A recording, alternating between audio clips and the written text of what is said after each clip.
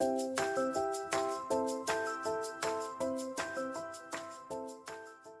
hello. My name is Bruce Townshend, and I'm with the Defense Personnel and Family Support Center, or DPFSC. We're here today to talk with Lieutenant Colonel Colette Ching from Employer Support of the Guard and Reserve, or ESGR, about the program itself and how it supports the mission of DPFSC. So, hello, Colonel Ching. How are you today? I'm good. Thank you for having me. I'm Colette Ching. I am the Chief of USERRA Plans and Policy for ESGR, and I'm happy to be here. Well, welcome everybody to this short video on ESGR and DPFSC. So, Colette, what I'm seeing out there is, we have a large contingent of our military is in the reserve component, and I see a lot of support both for and from ESGR, Employer Support of the Guard and Reserve. What exactly is ESGR? ESGR is an organization that promotes supportive work environments between service members and their employers.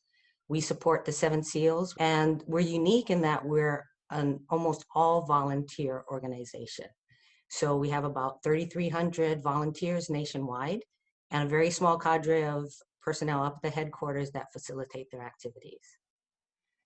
So ESGR is supportive of the reserve component service members, but right in the title, Employer Support of the Guard and Reserve, it talks about employers. So please, if you can, tell me a little bit about what ESGR does to support the employers as well. Okay, well, you're right. So employers are an important part of this relationship between the DoD, and ESGR does outreach, provides information.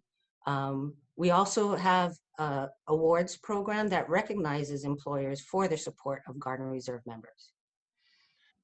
So, Colette, we have a lot of reserve component service members that are being tasked to military duty at the state and at the federal level.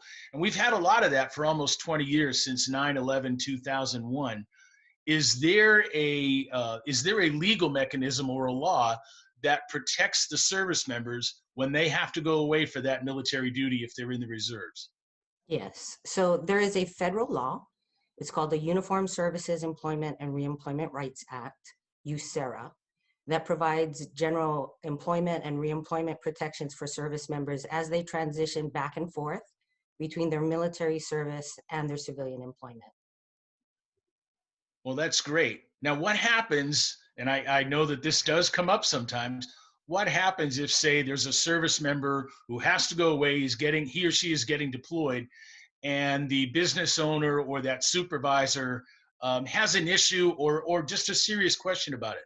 What can they do? What's their recourse? Okay, well, they can reach out to their ESGR state committee locally.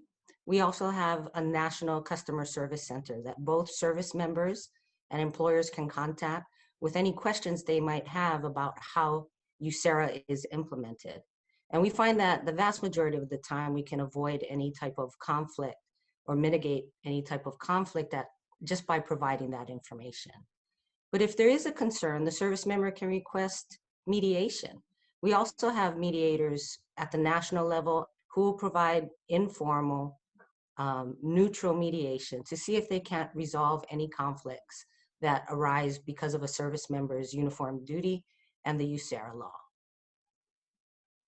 Hey, that's outstanding. It's comforting to know that there's a law there that protects the service members who do this part-time, as well as the business owners in the private sector or even the public sector, because we know a lot of our reserve members work for government agencies like police departments and fire departments, first responders in a lot of cases, and a whole lot of teachers as well.